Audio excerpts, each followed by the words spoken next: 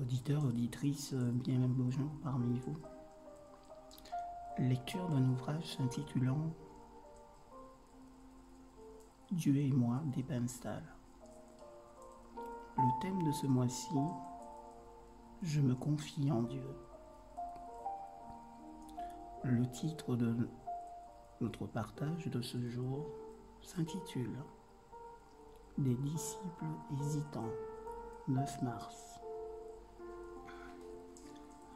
Joseph d'Arimathée, qui était disciple de Jésus, mais en secret par crainte des Juifs, demanda à Pilate la permission de prendre le corps de Jésus. Nicodème, qui auparavant était allé de nuit vers Jésus, vint aussi. Jean chapitre 19, versets 38 et 39. On sait très peu de choses sur Nicodème ou sur Joseph d'Arimathée, bien que le texte biblique les mette au nombre des disciples. On pourrait souhaiter en savoir davantage sur eux, surtout sur Nicodème.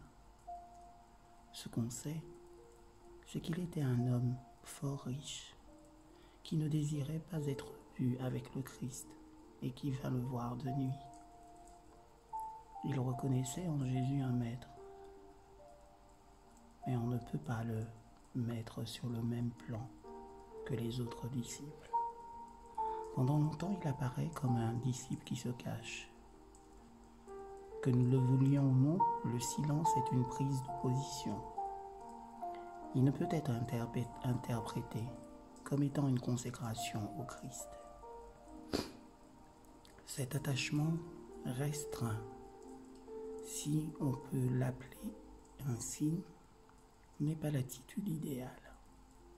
Si nous avons accepté le Christ et fait l'expérience de sa puissance salutaire, nous en témoignerons, nous le confesserons, nous prendrons position pour lui ouvertement en toute occasion, spécialement quand c'est une question débattue. Notre consécration doit s'exprimer. Nous ne devons pas laisser nos amis ou nos voisins dans le doute sur une question aussi importante.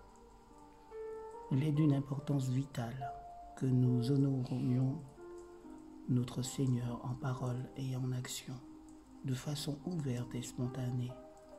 La timidité ne doit pas nous détourner d'une fidélité totale envers lui et envers sa parole. Jamais plus que maintenant, la cause du Christ n'a autant besoin de témoins courageux. Pour des chrétiens, il y a aujourd'hui 3 attitudes inexcusables. Premièrement, la superficialité ou l'indifférence, la désinvolture à l'égard du péril qui menace le monde et l'homme en notre temps.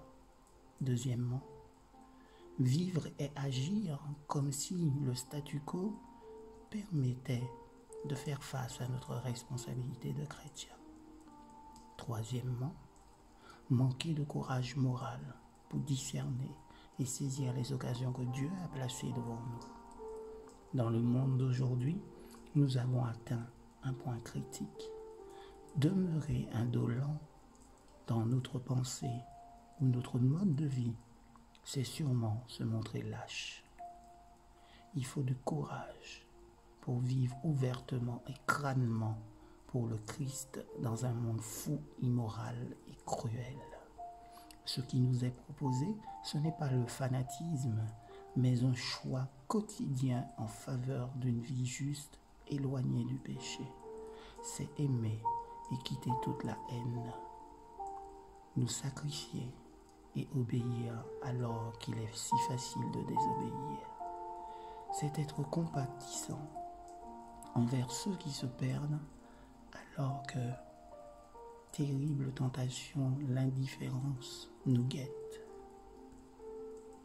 Que l'Éternel nous bénisse la lecture de sa parole. Puissions-nous la recevoir comme une eau douce qui coule de la montagne sainte et qu'elle puisse pénétrer dans nos cœurs respectifs. Soyez bénis et demeurez en Jésus. Excellente journée à tous et à toutes.